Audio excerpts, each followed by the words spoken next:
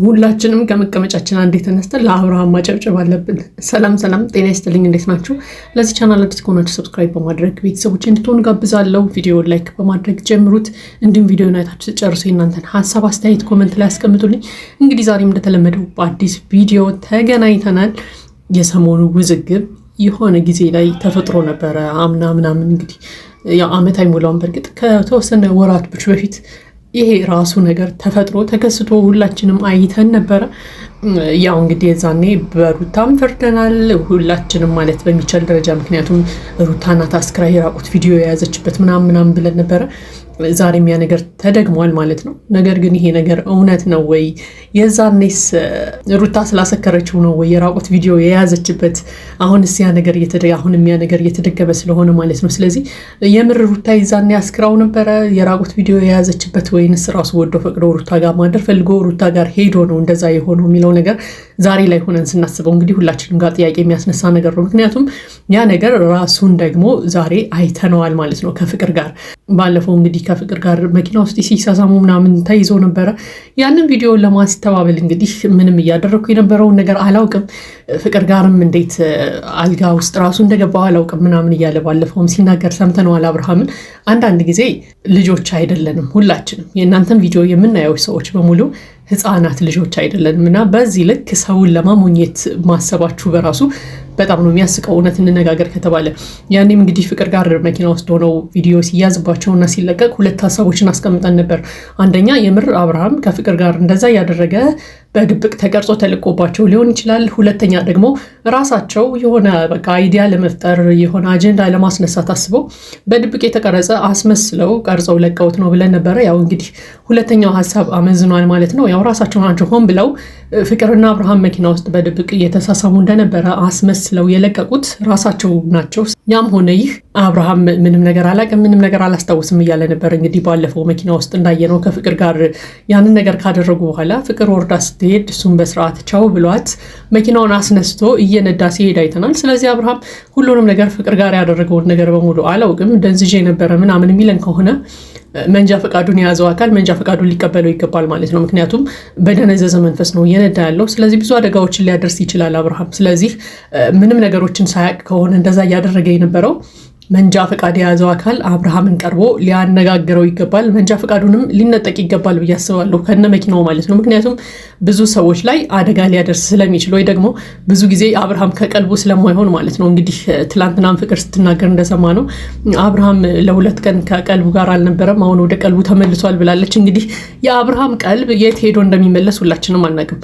የሆነ ጊዜ ላይ ይመጣል ኖርማል ሆኖ ያወራል ምናምን፣ ከዛ የሆነ ችግር ሲፈጠር ቶሎ ብሎ የአብርሃም ቀልብ ከራሱ ይርቀዋል ማለት ነው። የሆነ ችግር ሲፈጠር ሁል ጊዜ የሆነ ክስተት ሲከሰት ሁል ጊዜ አብርሃም ይመጣና ከቀልብ ያልነበርኩም ይላል። ስለዚህ ዛሬስ ቪዲዮ የምትሰራው ከቀልብህ መሆን አለመሆኑን በምን እናውቃለን? ምክንያቱም ሁል ጊዜ የምታነሳቸው ሀሳብ እነዚህ ስለሆኑ ማለት ነው። ለማንኛውም ግን አብርሃም ትናንትና እንግዲህ ሩታንም ሄርሜላንም ቀርቦ በቃ ከዚህ በኋላ ፍቅር ጋር ነው መሆን የምፈልገው፣ ፍቅር ጋር ያደረኩት ነገር ወድጄ ፈቅጄን ያደረኩት ምናምን ሲል ሰምተነዋል።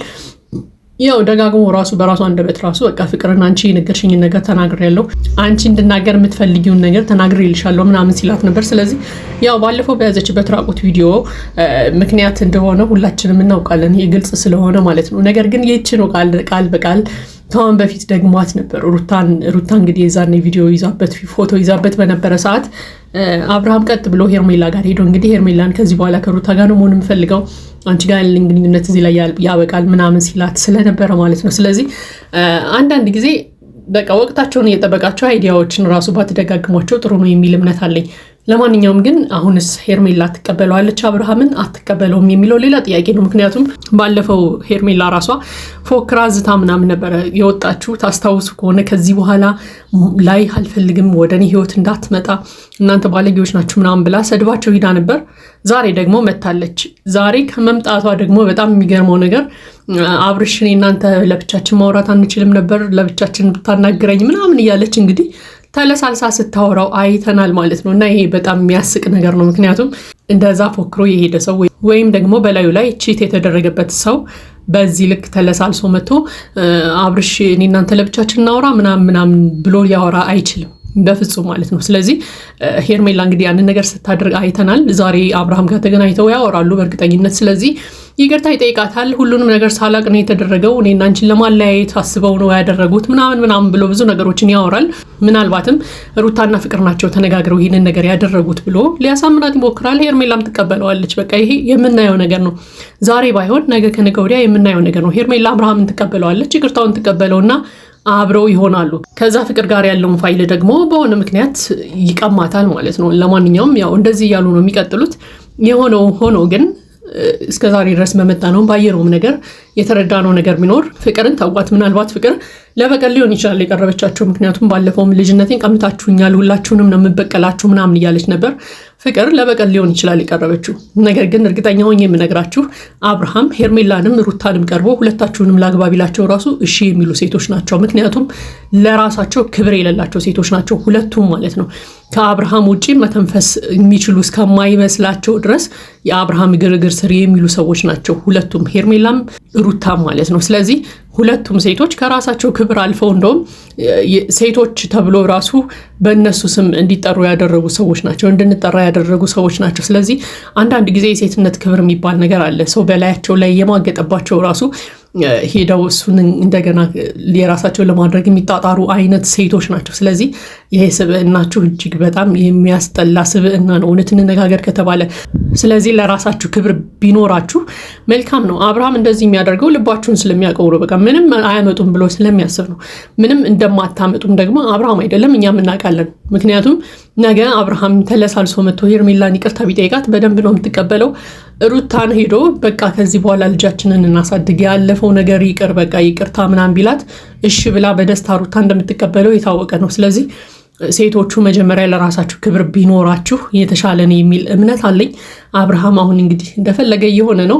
ከዚህ በኋላ ትቀበሉታላችሁ አትቀበሉትም አብረን የምናየው ነው የሚሆነው። ግን ያው እንደ ኦዲየንስ እስከዛሬ በመጣንበት መንገድ የእናንተን ጸባይ እንደሚያውቅ ሰው እንደምትቀበሉት እርግጠኞች ነን፣ አብርሃምን ማለት ነው። ስለዚህ አብርሃም ይመቸው አንዳንድ ጊዜ በቃ። ምክንያቱም ልባችሁን አውቆ ነው የሚጫወትባችሁ፣ ወይ ደግሞ እናንተ የውሳኔ ሰዎች ስላልሆናችሁ ነው አብርሃም እንደፈለገ እየሆነ ያለው። ስለዚህ ለራሳችሁ መጎዳት ተጠያቂዎቹ ራሳችሁ ናችሁ። ከአብርሃም በላይ ለራሳችሁ መጎዳት ተጠያቂዎቹ ራሳችሁ ስለሆናችሁ እኛ በእናንተ ቦታ ቆመን የምናዝንበት ምክንያት የለም ማለት ነው። ምክንያቱም አንዳንድ ጊዜ እኮ ለእናንተ እኛ ተመልካቾቹ እንኳን ቁጭ ብለን እንሸማቀቃለን። በቃ እንደዚህ ሊያደርጉ ነው አሁንም ምናምን እያልን ማለት ነው። ስለዚህ ራሳችሁን ዞር ብላችሁ ብታዩ፣ ራሳችሁን ብትመረምሩ የተሻለ ነው የሚል እምነት አለኝ።